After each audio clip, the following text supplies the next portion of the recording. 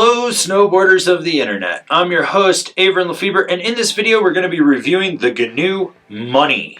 This board features GNU's C2E camber profile, which is a shorter reverse camber between the feet and then elliptical camber under each foot, which is a little higher and a little bit longer. This is going to give you independent camber zones to load and pop from, and as well as the drive, but you're going to have a little bit more play between the feet. This is going to help you with ease of entry in and out of turns, as well as more optimal powder float if you decide to ride this board in powder. This board is available in 144, 148, 152, 156, 159, 150 wide, 154 wide, 158 wide.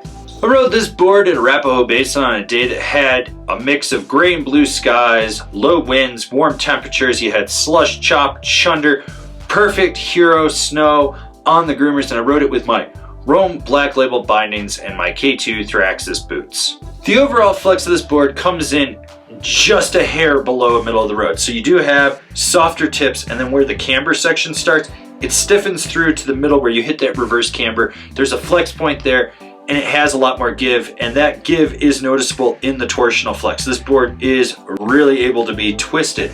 And when it comes to stability, it's surprisingly stable, and the fact that I didn't feel like I was going to die with a board of this caliber. What you do get is chatter in the tips. It does resonate back underfoot. In really rutted out terrain, if you keep your knees bent, you'll end up popping and skipping over everything. But if you're not prepared for it, you're gonna just hit and feel that body jarring hit resonate back up underfoot. For the most part, it's stable on a groomer. It's just that really lumpy, chundery shit that it does get bucked around, so you got to be aware of that when you're riding it. With this board having longer elliptical camber zones, you still have to load it up, and when you do, you'll notice that there's a flex point in the tail that as it engages, it's a little slow, then you roll back onto it, then it springboards you and you actually pop. This board does have some solid snap, especially for launching rollers, cat track gaps, shit like that. You don't have to worry about it.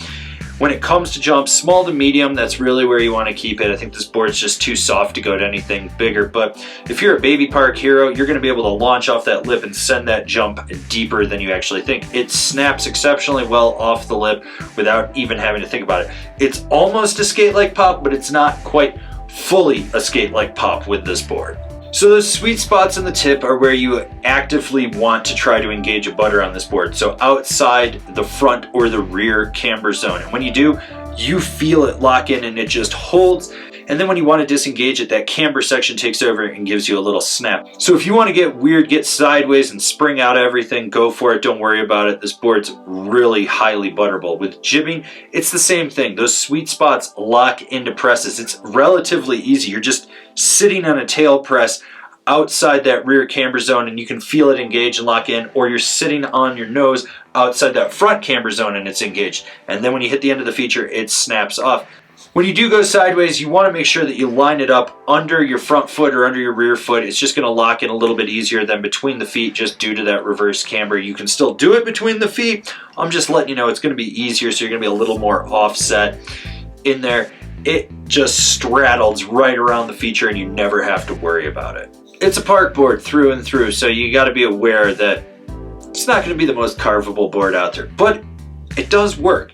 You do get optimal steering right underfoot just due to the way the camber profile is in this. You can really lay it over when you want to and lay a trench. I mean, I'm not saying you do that every single time, but when you need to or you want to, it's not going to be a problem. The ankle steering really does have that dynamic of controlling those medium to mellow carves where you're just sort of transitioning from one side to the other. You're setting up before you go into a feature.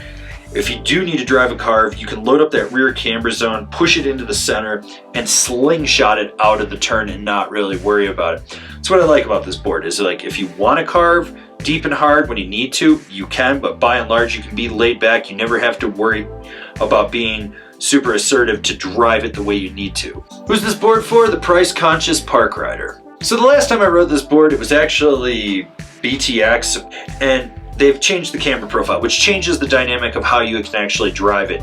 It's got a little bit more snap and it gives you a little bit more power out of a turn. It's nice. It's predictable. You know what you're going to get. And you have three distinct flex points, one in the nose, one in the center, and one in the tail. That really helps with buttering, jibbing, just playing around. It makes it easier to engage. This is a board that's Not something you have to be cold and calculated with when you're just trying to figure out how to ride park. You can be lazy and it will compensate for you. Comparable boards, the Telos Adit, the Yes Dicey, the K2 Raygun Pop. Binding recommendations, the Bent Metal Logic, the Now Brigade, the K2 lineup. This has been my review of the GNU Money. Do you agree? Do you disagree? Do you own one? Are you going to buy one? Leave me a comment down below. Let's have a conversation about this snowboard. If you're new here, remember to subscribe, click the bell, get those notifications. That way you're not missing any of the videos we got coming out for all you snowboarders of the internet. And if you really like what we're doing over here and you want to support us further, swing on over to Angry Snowboarder VIP and become a member. Sure, I could tell you more here, but I got a video over there that explains it so much better. As always, I've been your host, Avran LeFeber, and I'll see you in another video.